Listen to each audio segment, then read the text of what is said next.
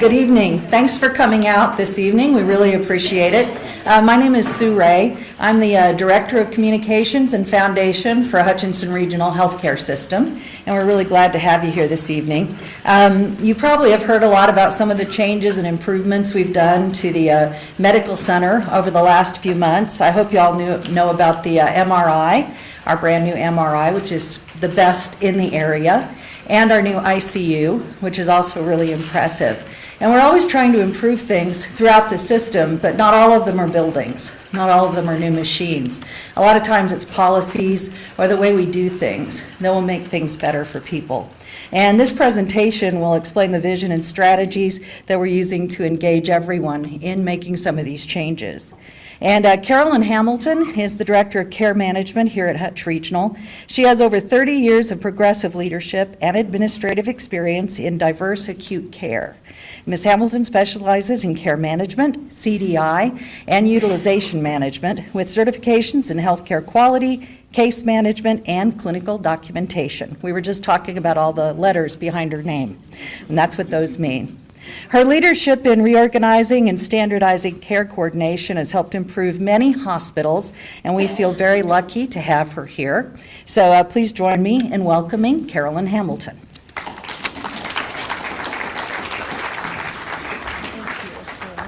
Thank you very, very much. I'm really, really happy to be here. Can you hear me? Can you see me? Okay, I'm short. Can you hear me now? Is that better? A little bit better? Okay, is that any better? Okay, we'll get that turned up just a little bit. Well, as Sue said, I'm really, really happy to be here. I came here in August and started working with the case management team. And we're going to talk a little bit about some of the changes that are just going on in healthcare. We all know that there's a lot of change going on right now in healthcare. Is that better? Can you hear me better? Good. Is there a big echo? Okay, good. We all know that there are lots of changes going on in healthcare, and we're going to talk about some of those. We're going to talk about some of those changes that are going on just in hospital-based care. We're going to talk about a little bit about how care managers assist you during a hospital stay. And we're going to talk about the physician care, because we all know that that's changed a little bit here. If you've been how many people have been in the hospital in the last year here that have been hospitalized? So a few have been involved with a hospital stay. Maybe you've had family that's had a hospital stay, so you know that things are somewhat different today than what we saw in the past. So we're going to talk a little bit about that, and we're going to talk about the hospitals program, because I know that you all have heard about or know about the fact that we have hospitals that take care of you when you're hospitalized here. Now, I want to talk to you a few disclosures that I have to make before I start to talk a little bit. Is that I believe the rules have to be followed whether we like them or not.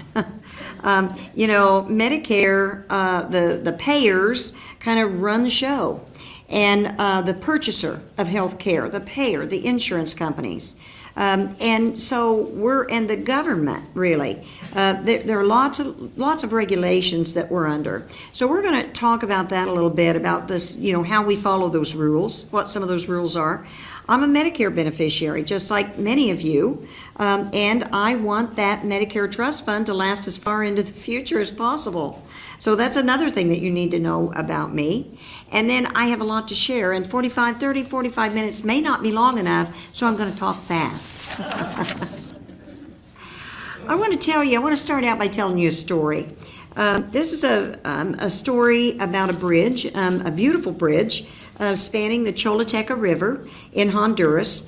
It was built in 1938 by the Army Corps of Engineers.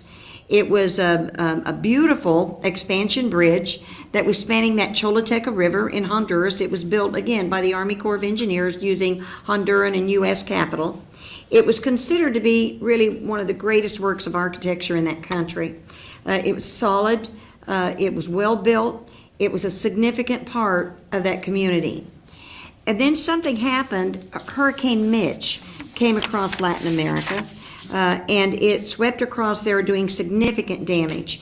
It hit one of the poorest Latin American countries, Honduras, and it did devastating damage. It wiped out probably 150 bridges and much of the architecture in the country, but not the Choluteca River Bridge. Remember, it was built by the Army Corps of Engineers. It was very well built, and after Mitch passed, after it was all over, that Choluteca River Bridge was still standing. Remember, it was well built by the Army Corps of Engineers. It was very much a part of that community.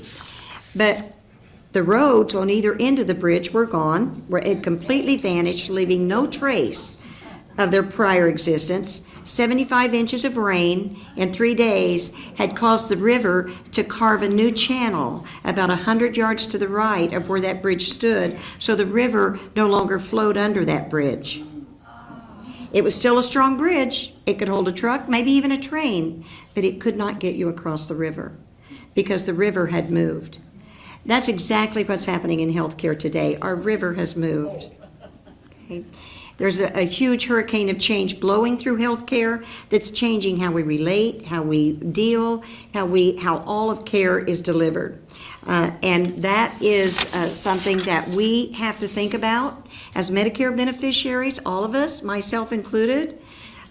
We have to think about that, and we have to think about there is a culture shift that is going on in our world of healthcare and in hospital care. And so we have to, if we don't, all of us, think about that culture shift and make a change our paradigm, we are going to end up like that bridge while stranded over here on the levee while the river flows over here. We all have to make changes, and we all have to accept the change. So let's talk a little bit about paradigms. I said we all have to change our paradigm. And what is a paradigm? Paradigm is a framework for the basic assumptions, the way of thinking that we think about a certain thing, and it's usually accepted by members of a scientific community like medicine. So everything has kind of changed. It's a mental framework shared by members of a group, and there's been a paradigm shift, and so we have to accept that. We're going to talk a little bit about that. We're going to talk a little bit about how the paradigm is changing, how it's shifting, and what we can do to kind of accept it and move forward with it.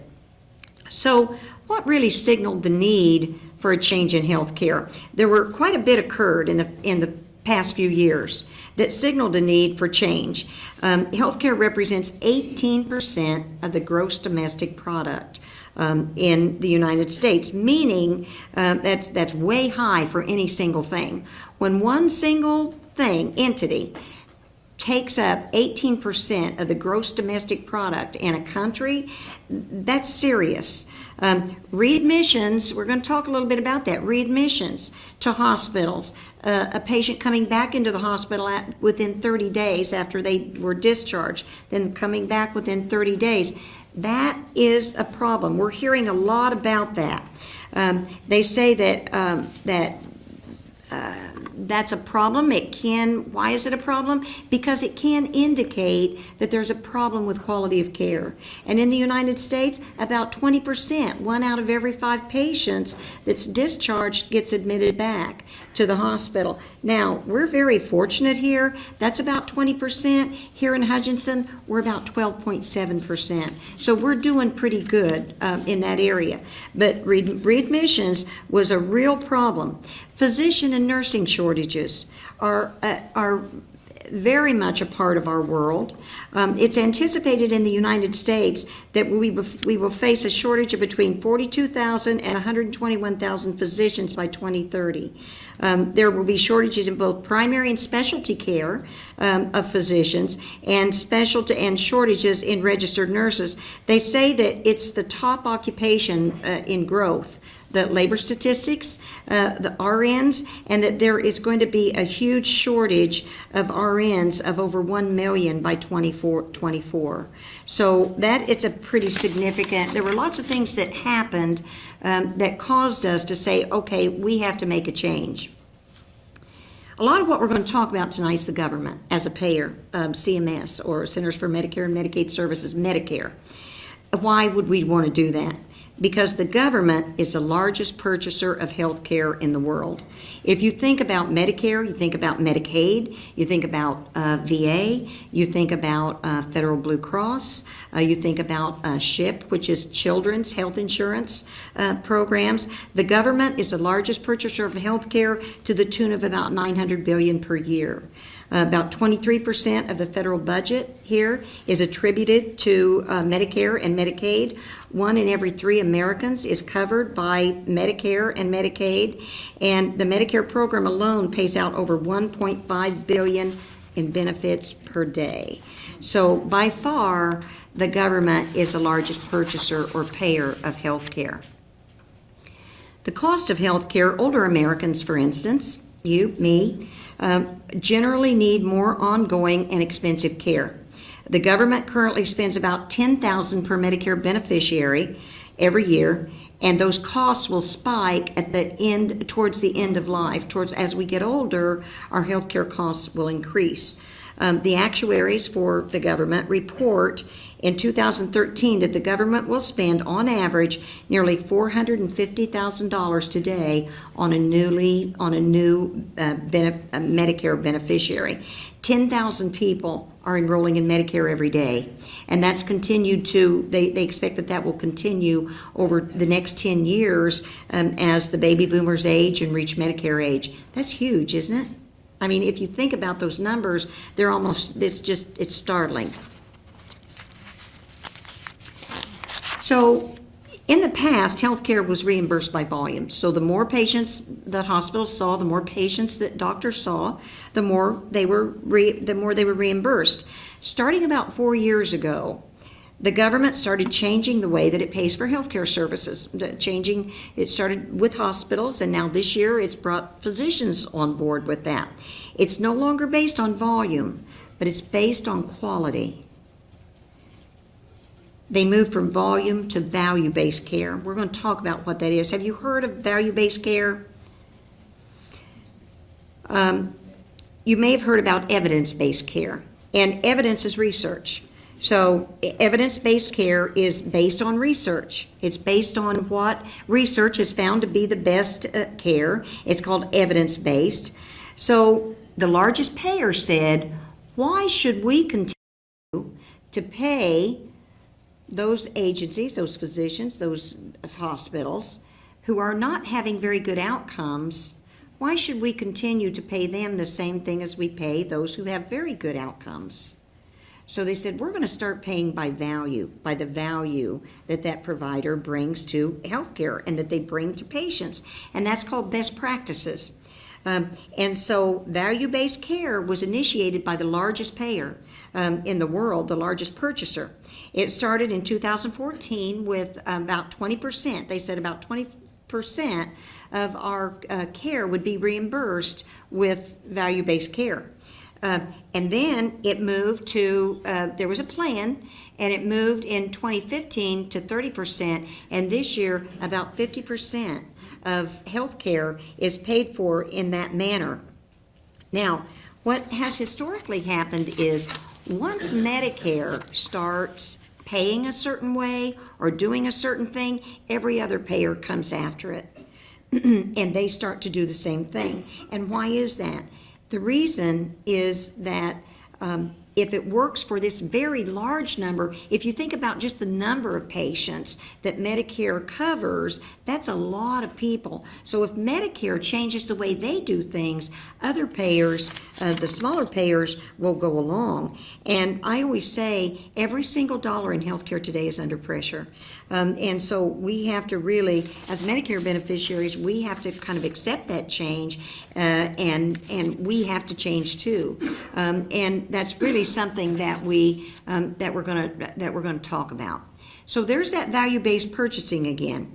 It's providers are being reimbursed on the quality of care. So what about those outcomes? What about those things that are the outcomes, the scientific outcomes? Are they there?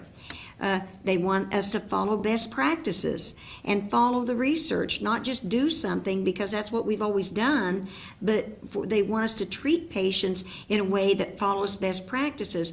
And they also want our patients to feel good about the care we're providing. Patient satisfaction has become very, very important.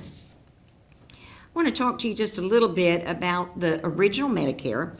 Medicare was signed into law in 1965 by Lyndon Johnson under Title 18 of the Social Security Act. There were essentially two parts to original Medicare. There was Medicare Part A, which is inpatient care, essentially.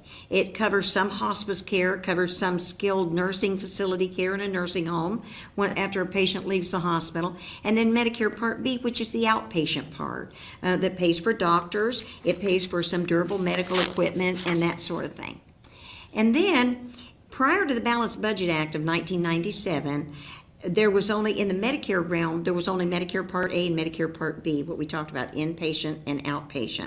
But care became much more complex, and with the Balanced Budget Act in 1997, patients who qualify for Medicare have a choice now of the type of care plan that they are going to have. So Medicare Advantage, we call it Medicare Replacement, Managed Medicare, came into being, and you had to qualify for Medicare Part A. You had to have Medicare Part A and Part B. You had to be enrolled in both of those to be eligible for Medicare Part C. And you had to live in the plan's service area. And so it's basically an HMO that's paid for by Medicare. Lots of insurance companies offer managed Medicare. There's Cigna, HealthSpring, there is Humana, Medicare, there's United, Medicare Advantage, Cigna, Blue Cross. And right now, October 15th, we just opened up, and it'll run through December 7th, the open enrollment for this. So if you had Medicare and you want to switch over to a Medicare Advantage program, this is the time. It just opened up. Have you started seeing those commercials on TV now? We're just inundated. You started getting them in the mail, and we've started seeing them, and that's going to continue now through December 7th. Now, if you're in a Medicare plan, you could go out at that time. But if you miss that time, January 1 through March 31st, you could go out and go back to traditional Medicare if you wanted to. Now, Medicare Part D. Let's talk about that. That's another optional program through Medicare. It's the Medicare Prescription Drug Benefit. And it's an optional program. It was passed in 2003 under the Medicare Modernization Act.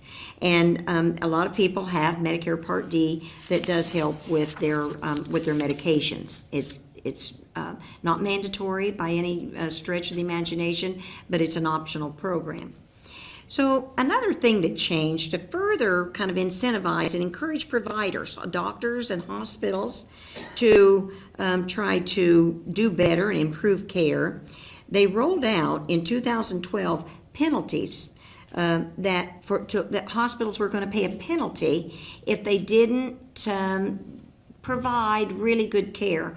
Readmissions was one. So if we have a lot of patients that are coming back into the hospital within 30 days after they're discharged, that's a readmission, and that can be an indicator of quality of care. So hospitals are being fined, or they're being charged a penalty for that. Hospital-acquired conditions, those are called HACs. So those would be things like maybe an infection or a fall or skin breakdown, something like that. Something that you didn't have when you came into the hospital, but now you have that. So hospitals are being penalized when those end up that the coders have to code that the patient had that. When they leave the hospital, it ends up on the bill that goes to Medicare. That's one of the things that hospitals are going to get penalized for, or otherwise fined for.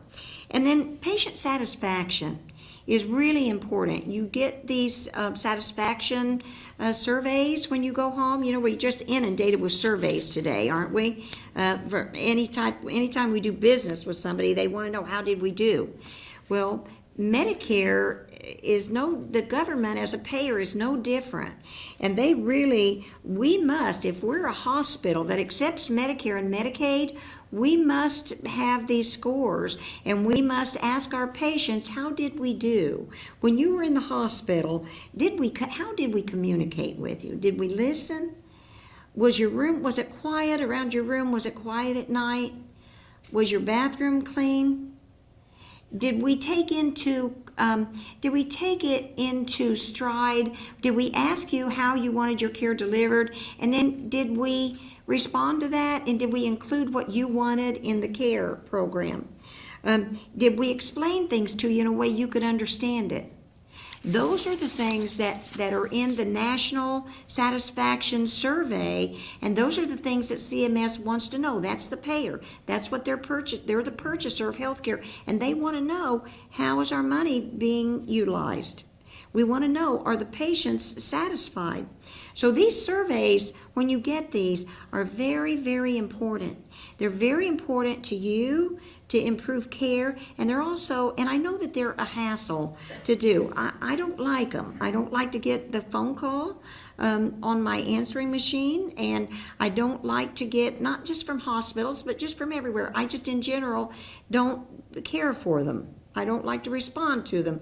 But let me just tell you, in the hospital, it's really important that I respond to those. My husband, I've had some family who's had reason lately to use the hospital, and I really try to respond with those, because these surveys, that helps us make care better, and that's the only way we can do it. Plus, it's all of it is transparent. It's all on the internet. You can go to hospital.gov and hospital compare, and you can select 3 hospitals and compare those and see how the satisfaction scores are, see how the quality scores are. It's all out there on the internet. So when you get those, I really encourage you. It really helps you, it really helps us to know how we're doing, because we do want to do better. So lots of major changes have happened. When you come into the hospital anymore, a few years ago here at Hutchinson, there were a few things that changed that really impacted the quality of care that was being delivered here. Each patient is assigned a care manager and a social worker that's working behind the scenes to make sure that your care flows well. Hospitalists were brought in. And we're going to talk a little bit about hospitals, what they are, to improve the quality of care and bring that much needed relief to the local physicians, clinic physicians. Anytime you're in the hospital, you have an entire team of people working to provide care, to ensure your safety, and ensure that it's a safe stay and that you actually get better. We have ED specialists in place, hospitalists, consulting specialists, pharmacists. There's a pharmacist out on the floor making rounds with us. There's an RN case manager and a social worker. There are physical therapists, occupational therapists. The therapists are very much involved. And then nursing, of course. And I always say of course, I'm a nurse by trade. The only reason to admit a patient to an acute care hospital is for nursing care, because everything else we can get down the road. We can get an x-ray, we can get lab, we can get surgery, we can get a doctor's visit, we can get wound care, anything else we can get down the road, but we can't get 24-hour-a-day nursing care. So that nursing care is very, very important. Prior to the 1960s or the 1970s, hospital emergency departments were staffed with just physicians. I mean, if we remember this, most of us in this room remember this, when they were kind of staffed by just physicians in the community on a rotating basis. General surgeons, internists, family practice doctors, and other specialists. In a lot of emergency departments, and I don't know, I'm going to give away my age now, but I'm going to say that a lot of times if you went to the emergency room, a nurse who was covering for that day saw you, took your vital signs, so to kind of figure out, kind of what was going on, what was your chief complaint. And then they would call a doctor who was over in their office and say, I've got this person, here's who they are, here's what's going on with them. And the doctor would kind of give her some instructions about what to do, an x-ray to order, some lab work and that sort of thing, and then would come over, would find their way over to the emergency room to see you. Well, if that happened today, we would just be seeing red. We wouldn't like that at all. We expect there to be a doctor, a specialist there to see us when we arrive. Think about this. Ambulance services were often run by who? Mortuaries. You're absolutely right, because they had vehicles that could transport people horizontally when they needed it. And that's how that's how it used to be. And I think we all remember that. Well, we would have a fit. I would have a fit if I had a wreck out on the highway and here came an ambulance. With those sirens? So emergency medicine has evolved into its own specialty. Many of the pioneers of emergency medicine were family practice physicians who went back to school and had a residency and became certified in emergency care. So after the major traumas, remember in Vietnam, where those surgeons came back specially trained to do all kinds of injuries and surgeries on trauma patients, then that work became trauma care, became where you just had trauma surgeons then in hospitals waiting for traumas to come in, and we still do. We have trauma ICUs and we have trauma surgeons in the hospital. So 20 years ago, I want to talk a little bit about hospitals. The term hospitalist didn't even exist. There were a few hundred physicians who kind of specialized in hospital care, but overall it wasn't until 1996 that the New England Journal of Medicine came out with a term. They first identified these doctors who work solely in hospitals as hospitalists. And today it's the fastest growing specialty in medicine, the hospitalist care. In the last decade, it's grown to where now we have thousands of physicians dedicated to the care of acutely ill hospitalized patients. And the term hospitalist includes not only physicians, but there are some nurse practitioners, there are some physician assistants, and that specialty grew out of the need for physicians who had to increase their time in the office. And that is, now we know that physicians in their clinics or in their offices are starting to see patients at what time? 7 o'clock oftentimes, 7 o'clock, 8 o'clock. We're seeing till 6 o'clock, 7 o'clock at night. They're having to increase in order to see all the patients that need to be seen. They're needing to increase their hours. So it's great that the hospitalists then became the answer, because they take care of very complex hospitalized patients, so that the physicians did not have to split their time between the office and the hospital.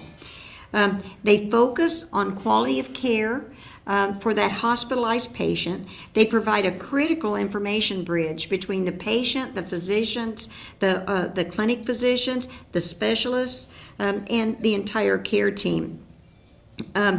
Demographically, the hospitalists kind of come from internal medicine, family practice, that sort of thing.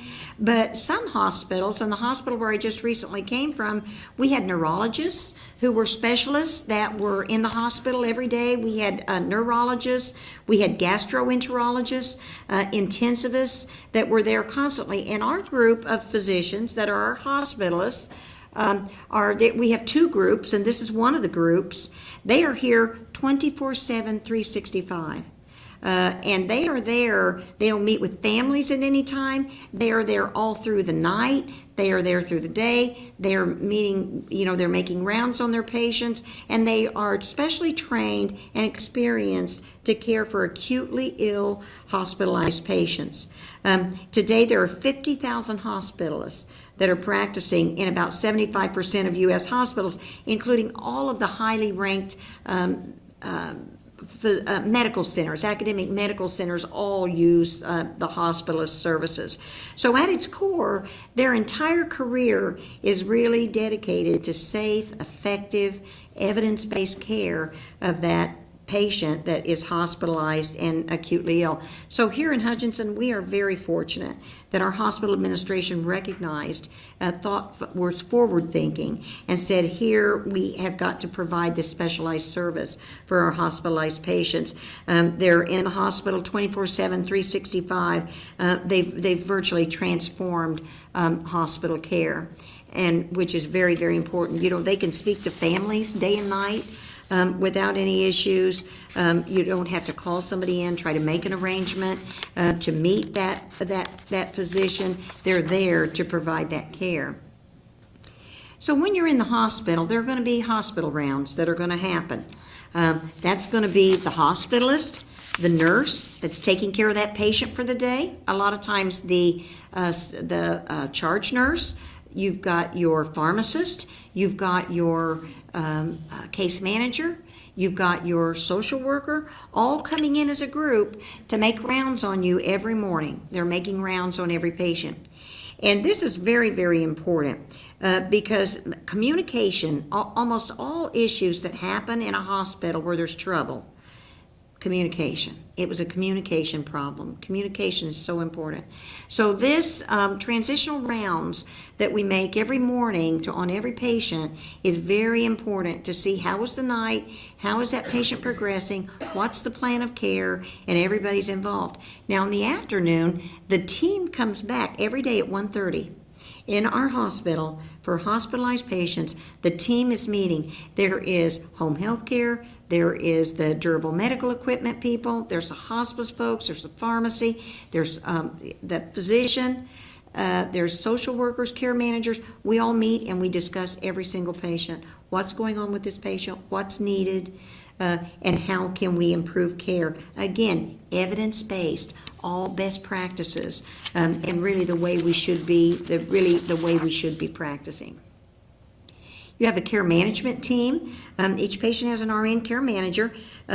You are meeting medical necessity. The RN care manager makes sure that every patient is meeting medical necessity to be in the acute care hospital, assures we're doing something that mom, dad, brother, sister could not do, because no insurance, not Medicare, not Blue Cross, not Cigna, not Humana, nobody is going to pay for care that's not medically necessary. So we have to make sure that that care is medically necessary, and we reach out to your insurance company and we get that stay authorized. And then if if it comes time, okay, they're going to give us 2 or 3 days, and then 2 or 3 days comes and you're still not ready, you're too weak, you're still getting IV antibiotics, there's some reason why you're not ready to go. We're on the phone with that insurance company again, and we're saying the doctor states that we need 2 more days, another day, 3 more days of antibiotic. We're advocating on your behalf to ensure 2 things. To ensure, number 1, that the patient has as little out-of-pocket cost for health care as possible. We want to try to see to it that your care is paid for by your payer, by your insurance, and then also, in addition to that, that the hospital is going to be reimbursed as well. So social workers then have to ensure by federal regulation that there's a safe plan of care, that there's a safe discharge, because if there's not a safe discharge, we can't send the patient home. So we make sure that there's a safe discharge, and that's your care management team that's working on that every single day. Now, healthcare has changed a lot. And let me just tell you, none of these are Carolyn Hamilton's rules. Every rule that we follow, that we're under, is driven by the U.S. Congress. You can see there are some of the rules. The conditions of participation are the laws that govern hospitals in the United States. The Social Security Act, Patient Bill of Rights, Impact Act, Balanced Budget Act of 1997, Notice Act, and then Joint Commission, who is our accrediting body that accredits hospitals. We have very strict regulations, and we are under those. In addition, payers have all kinds of rules that we follow as well. ED care management. We have care managers, social workers in the emergency room. So, that's a strong team. They're there. Our hospital ensures that we have them 7 days a week in the emergency room. They review patients to make sure that they're going to be admitted to the most accurate level of care, and they are able to divert some of those unnecessary admissions. If a person was just here and it was only because of medicine, maybe it was a medication that they couldn't get, maybe they couldn't afford it, maybe they didn't have transportation to get it. We try to find out what's going on that was, that brought that patient back in, and we try to solve that so that we can try to divert some of those unnecessary readmissions. But they make sure that you're going to get at the correct level of care, and they are there 7 days a week. Palliative care. I don't know how many of you have heard about palliative care, and sometimes people make the mistake of kind of confusing palliative care with hospice care. And they're two different things. Palliative care has been added to our, it's available to our Hutchinson patients as an outpatient, and we're very fortunate to have that level of care program here in Hutchinson. It's not curative, but it's for people who have chronic illness that is like, let's say, cancer, COPD, emphysema, renal disease, kidney disease, heart failure, progressive neurological diseases like Parkinson's, something like that. And what they do, they help manage the symptoms. Because symptoms sometimes, people don't want to be in the hospital necessarily, but they have symptoms that have to be managed. And so the palliative care team is very good about that. You can even have home health care. You don't have to be homebound to have palliative care. You have to have a life expectancy that could be, the last few years, but frequent, if you've been having frequent emergency visits or hospitalizations, maybe palliative care is a service that is available to you. And let me tell you, it's available to you.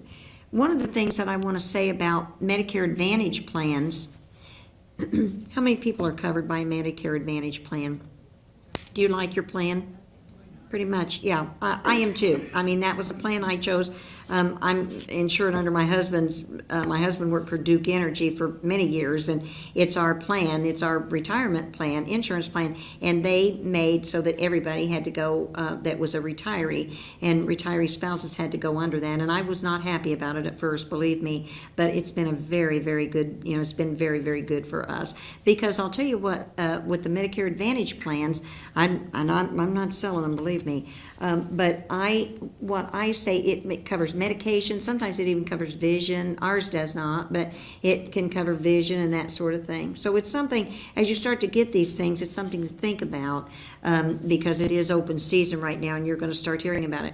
But if you have a Medicare Advantage plan, and this is just like a really important piece of information that I try to get out there and share with everybody who might have a Medicare Advantage plan, is that Medicare Advantage plans were never intended to withhold from patients services they would have under traditional Medicare. It is against the law for them to withhold from a Medicare beneficiary any kind of service that they could have under Medicare Part A and Part B. And believe me, I work with insurance companies all the time, and I am not afraid to tell them, I feel that you're withholding from this patient a service that they could have under Medicare Part A and Part B.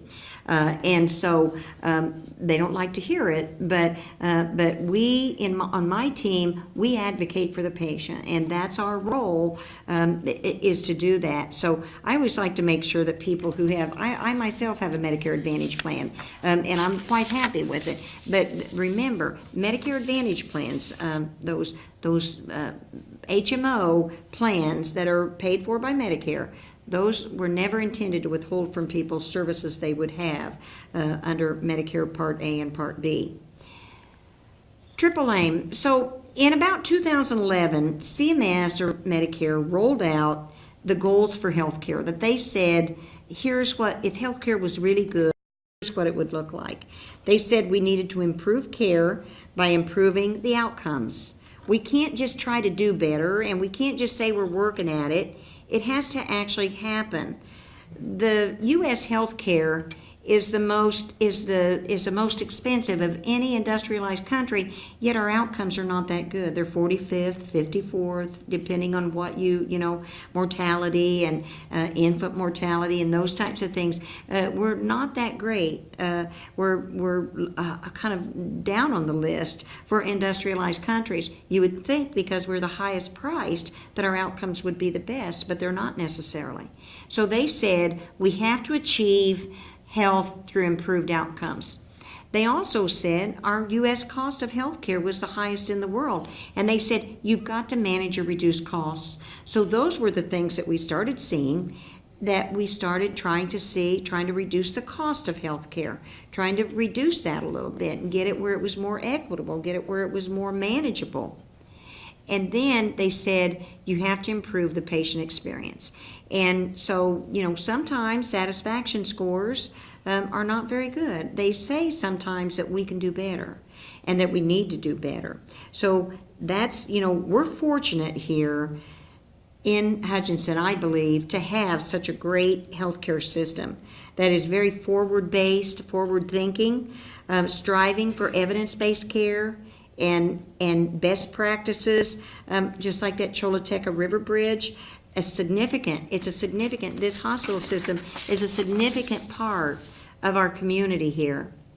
And so if we're going to, at the end of the day, if we want a bridge that's going to continue to span the river, that healthcare river, it's going to have to be about collaboration.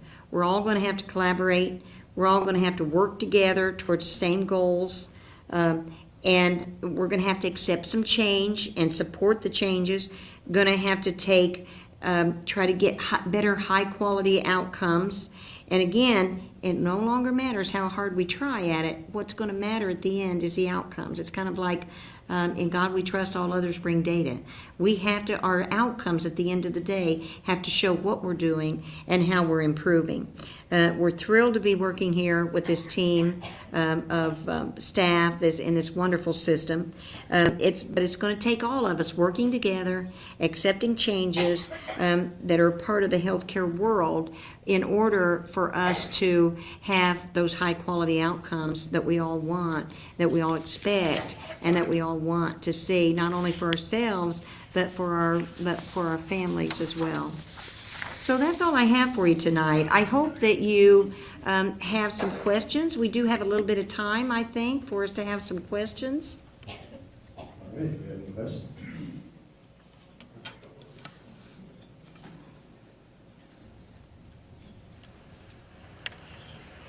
You stated that in one of your slides that there was people that were there perpetually, and you said they are here, but et cetera, always. Do you know what I'm talking? Was it hospitalists? But anyway, Yes, sir. The hospitals. Yes, the hospitals, the physicians. They are there. But what is the number of what is the group that is expected to be there? Obviously, they're not all there all the time. No, but we have, you mean how many are there all the time? On any given day, we have 4. On a given- We have 4 in place. Thank you. Like today, for instance, in the hospital, in the house, we had 57 patients, and we had 4 physicians taking care of those 57 patients. Thank you. That kind of tells you how many, that it's a low, that their ratio of physician to patient is rather low, and they can really manage very well. All right, any other questions? One in the back.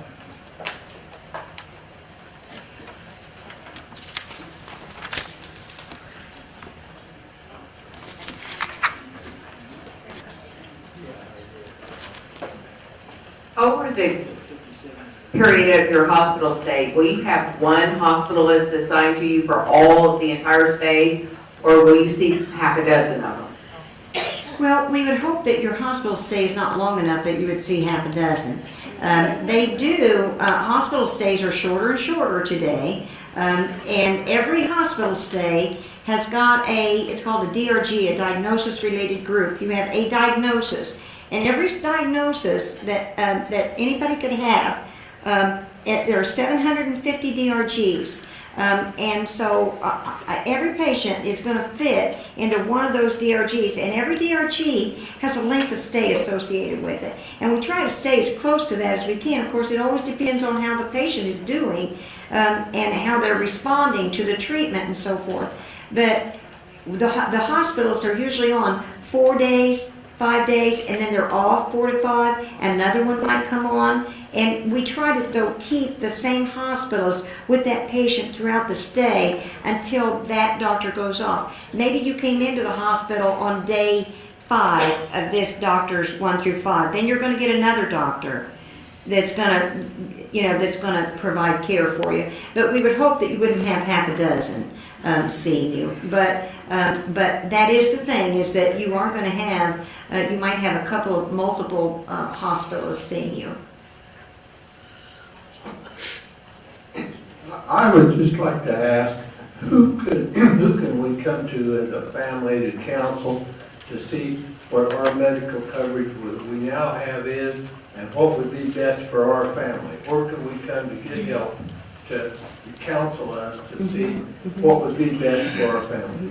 There's a great program. That's a great question. The Area Agency on Aging has got people that are, and right now, because it's open season, October 15th through December 7th, they have put on a lot of people who will help counsel families, and that's the place that you need to go. It's your Area Agency on Aging.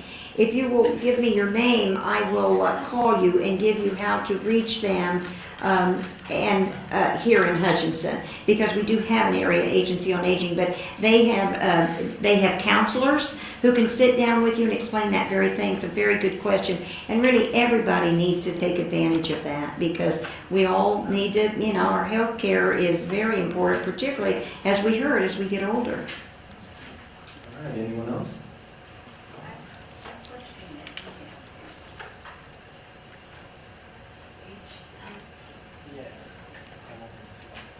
All right, let's go back here. I had a question.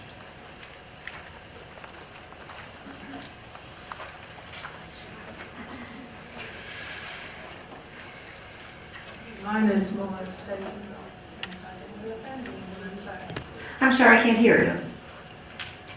Now, can you hear me? Yeah, yes, I can. Everyone that we know that's been under a hospitalist has been unhappy. They would prefer to have their own physician come in and take care of them. And this is, we know of people here, of course, people in Texas and people in New York that have been under this program. And it is not a happy thing for the patient, because they don't feel comfortable with them. They don't feel that if you've been with the same physician for 40 years, that this hospitalist can, with his computer, in a very short time, really know your personality, your problems, or anything. So we've been very opposed to the program. I understand that, and I know that that's not uncommon. People do, change is hard, and people do want their own physician. And one thing I will say is that you hear also the other side. We sometimes hear the other side that people have appreciated the opportunity. I know that I have not always seen, I have done this job that I'm doing from Maine to San Diego, and I've seen, and lots of states in between, I've seen lots and lots of hospitalists. I have not always seen the level of hospitalists that we have here at Hutchinson.